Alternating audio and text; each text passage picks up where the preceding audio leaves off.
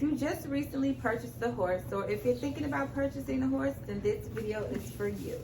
In today's video, I'm going to be providing you with a few helpful tips to get you started on your new journey. When going to look for a horse, it can be very overwhelming as there's many to choose from and a lot of information. So the very first thing that I would recommend is to do your research. Do your research and know exactly what you're getting yourself into. A few questions that you can ask yourself to help point you in the right direction, to help guide you as far as what type of horse to select that may be a good fit for you is, do you want a mare or a gelding? Do you want to compete, or are you just looking for leisure? How old do you want your horse? Do you want a younger horse, or do you want a younger horse? Do you want a horse that rides Western or English, or both? And if you're into certain breeds of horses, then that will be a factor as well.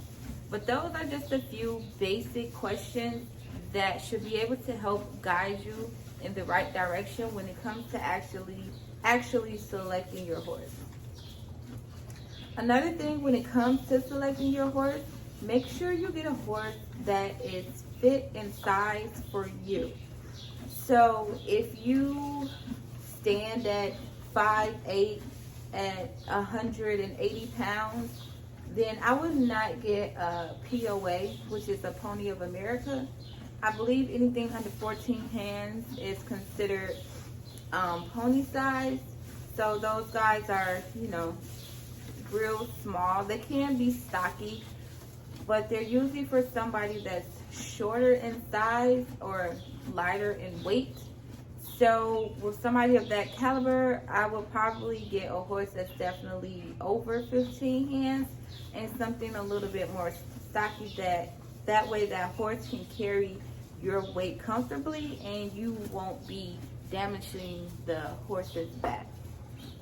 So my buddy Herbert here, he is 15'2", and he is a very stocky guy. So he's the perfect fit for me. When I went to go, when I was in the process of just thinking about purchasing a horse, I knew exactly what I wanted, but I've been in horsemanship for over 7 years. So I knew definitely I wanted a gelding. I knew I didn't want anything too tall, and I knew I just wanted leisure. I'm more of a trail rider. I am getting into competing, but initially I just wanted a horse that I could just enjoy and have fun with, and that is my buddy Herbert here. Which will bring me to my next tip: the horse's temperament. The horse's temperament is very important, especially if you're a beginner. You do not want a horse that is very high energy or a horse that is very high alert, as those horses can be a little bit more difficult to manage. If you're a novice in this, then I would definitely recommend a horse that is dead broke. Dead broke basically means a horse that's been there, done that. They're accustomed to a lot of different things. They have a lot of miles on them, a lot of experience under their belt. These are kid safe horses. So I would definitely recommend that. That way, if you do make mistakes with your horse, it won't have a major impact on your horse, as your horse will be able to, as those type of horses will be able to teach you. Now, once you actually get your horse, I know you're excited and you're anxious to ride, I would recommend give yourself time. Definitely give your horse time to adjust. Moving for a horse can be very stressful. It's just like a kid going to a new school. They have all new teachers, all new peers, and just figuring out where you fit in is very stressful. The same thing with the horse. They have you as their new leader, and they have a new herd that they have to adjust to, and they have to figure out where they fit in that pecking order within their new herd. So allow yourself time. This can have an effect on your horse's mood. So with them coming into a new environment, they may not be as relaxed, they may not be as calm at first, but over time, once they adjust, they'll be back to normal.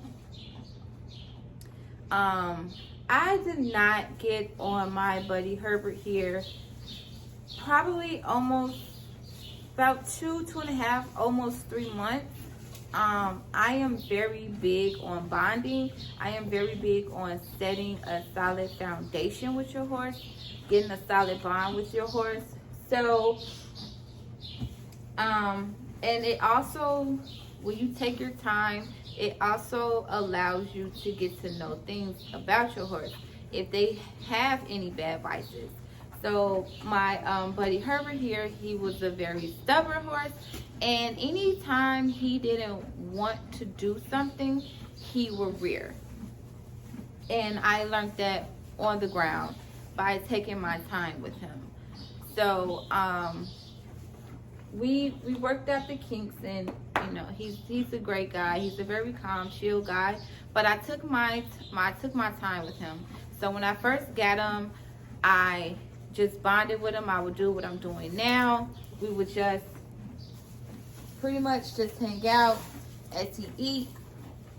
I hand grazed him, which is if he had a halter and lead line on, just outside in the pasture, and I will hold the lead line as he grazed.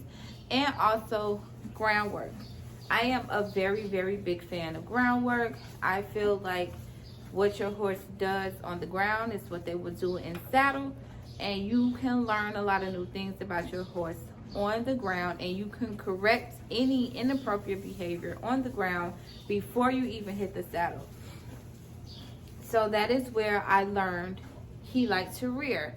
Anytime I would apply pressure to against his comfort zone, and I asked out any physical related issues, he would rear up.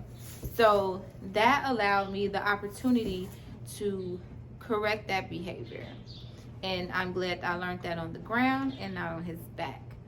Which brings me to my next thing, is determining your leadership, your dominance in you and your horse relationship. You do not want your horse to think that they are the leader. That can be trouble for you. So groundwork is another great way to determine your dominance, determine the new leader for your horse. And in taking your time and just building that bond with your horse, you will be able to move along a little quicker in the process, as far as if it's certain things that you do want to do with your horse. So me and my buddy Herbert just made a year together this past December, and I knew when I bought him, I wanted to do parades and things of that nature.